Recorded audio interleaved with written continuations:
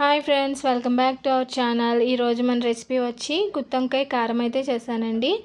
మనకి చాలా సింపుల్గా అయిపోతుంది. అంటే ఒక 4 మినిట్స్ 5 మినిట్స్లో అయితే మనకి ఈ గుత్తొంకాయ కారం అనేది చక్కగా ప్రిపేర్ అయిపోతుంది. ఇక్కడ నేనైతే వేడి వేడి రైస్లోకి అయితే గుత్తొంకాయ కారాన్ని ప్రిపేర్ చేశాను.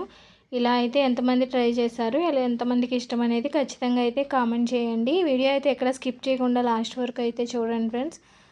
చాలా బాగా వచ్చిందండి. ఇక్కడ నేనైతే ముందుగా ఒక 1/2 కిలో వంకాయలు అయితే తీసుకున్నాను. అవి కూడా మనకి బ్లాక్ కలర్లో ఉన్నంటే కొంచెం ఈ కలర్లో ఉన్న వంకాయలను అయితే తీసుకున్నాను. వీటిని అయితే మనం ముందుగా అయితే 4 వైపులా కూడా కట్ చేసుకోవాలి, ఎటువంటి పుచ్చులు అంటే లేకుండా. ఇక నేను 4 వైపులా కూడా కట్ చేసుకొని మనం వాటర్లో వేసుకోవాలండి వంకాయల్ని. మామూలుగా అయితే మనకి బ్లాక్ కలర్ వచ్చేస్తాయి. ఇక్కడ వంకాయలను అయితే వాటర్లో అయితే వేసుకున్నాను. అంటే పసుపు వాటర్లో కానీ ఉప్పు వాటర్లో కానీ వేసుకుంటే మనకి వంకాయలు అనేది బ్లాక్ కలర్లో రావండి. ఇక్కడ వంకాయ కారం అని అన్నాను కదండి, దానికైతే మసాలాని అయితే ప్రిపేర్ చేస్తున్నాను. ఇక్కడ నేనైతే ఒక పెద్ద సైజు వెల్లుల్లిపాయ అనేది తీసేసుకొని దీంట్లో వెల్లుల్లి రెబ్బలను అయితే వేసేసుకున్నాను. దీంట్లోనూ 1 స్పూన్ దాకా ఉప్పు అయితే వేసానండి. 1 స్పూన్ పసుపు అయితే వేసుకున్నాను. 1 స్పూన్ ఏమో జీలకర్ర వేసాను. 1 స్పూన్నర అయితే ధనియాల పొడి వేసానండి. 1 స్పూన్నర ఏమో కారం అయితే వేసాను. అంటే మీరు కారం ఎంత తినగలిగితే అంత స్పైసీగా తినేవాళ్ళు ఉంటారు, మామూలుగా తినేవాళ్ళు ఉంటారు కాబట్టి ఇక్కడ నేనైతే 1 స్పూన్నర దాకా వేసాను. కావాలంటే మీరు ఇంకొక 1/2 స్పూన్ వేసుకొని 2 స్పూన్ల దాకా వేసుకోవచ్చు. దాన్ని అయితే మనం మిక్సీ పట్టేసుకోవాలండి. నెక్స్ట్ ప్రాసెస్ వచ్చి మనం బాండి పెట్టి దీంట్లోనూ ఒక 3 స్పూన్ల దాకా ఆయిల్ అనేది వేసుకోవాలి. ఆయిల్ కొంచెం ఒక 3 స్పూన్లు లేదా ఒక 5 స్పూన్ల దాకా అయితే వేసుకోవాలి. తర్వాత నెక్స్ట్ దీంట్లో నేను కొంచెం కరివేపాకు, మనం ఆల్రెడీ మసాలా అనేది మిక్సీ పట్టేసుకున్నాం కదండి కారం, అది కూడా దీంట్లో వేసేసుకోవాలి.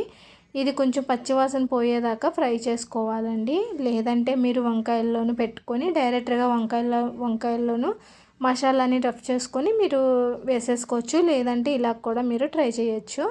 ఇక్కడ మనకి మసాలా అనేది కొంచెం ఫ్రై అయిన తర్వాత మనం దీంట్లోనూ ఆల్రెడీ కట్ చేసుకున్న ఈ గుత్తి వంకాయలను అయితే వేసేసుకోవాలండి. మనకి వంకాయలు అనేది చాలా తొందరగానే మనకి మగ్గిపోతాయి. వంకాయలు వేసేసుకున్న తర్వాత ఒక్కసారి ఈ మసాలా అంతా కూడా మనకి చక్కగా కలిసేంత వరకు కూడా వంకాయలకి బాగా కలపాలండి. కలిసేంత వరకు కూడా కలుపుకొని మనం మూత పెట్టేసుకుంటే చక్కగా మగ్గిపోతాయి. ఈ ప్రాసెస్ అంతా కూడా నేను ఇక్కడ సిమ్లీలో పెట్టుకుని అయితే చేశాను. అంటే హై ఫ్లేమ్లో అయితే మనకి వంకాయ అనేది ఉడకదండి.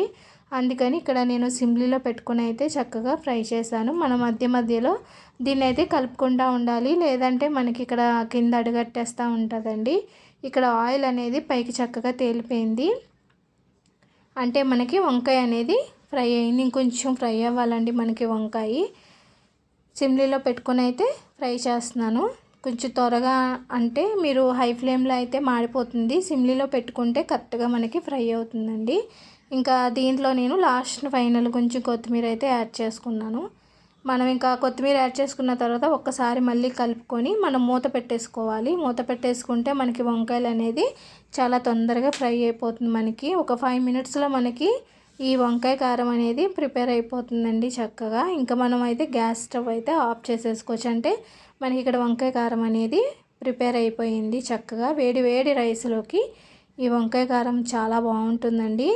నేనైతే ఇంకా దీంట్లో ఉల్లిపాయ కానీ పచ్చిమిర్చి కానీ అయితే వేయలేదండి, ఎందుకంటే ఆల్రెడీ కారాన్ని అనేది ప్రిపేర్ చేశాను కాబట్టి నేనైతే ఇంకా దీంట్లో ఏం వేయలేదు. మీరు ఇంకా కారం సరిపోకపోయినా లేదా ఉప్పు సరిపోకపోయినా లాస్ట్లో వేసుకోవచ్చు దీంట్లోనూ. ఫైనలీ ఇక్కడైతే వంకాయ కారం అనేది ప్రిపేర్ అయిపోయిందండి. మనం ఇంకా ఆఫ్ చేసేసుకోవచ్చు. కింద మనకి అడుగట్టకుండా అయితే చూసుకోవాలి. ఓకే ఫ్రెండ్స్, వీడియో నచ్చితే లైక్, షేర్, సబ్స్క్రైబ్.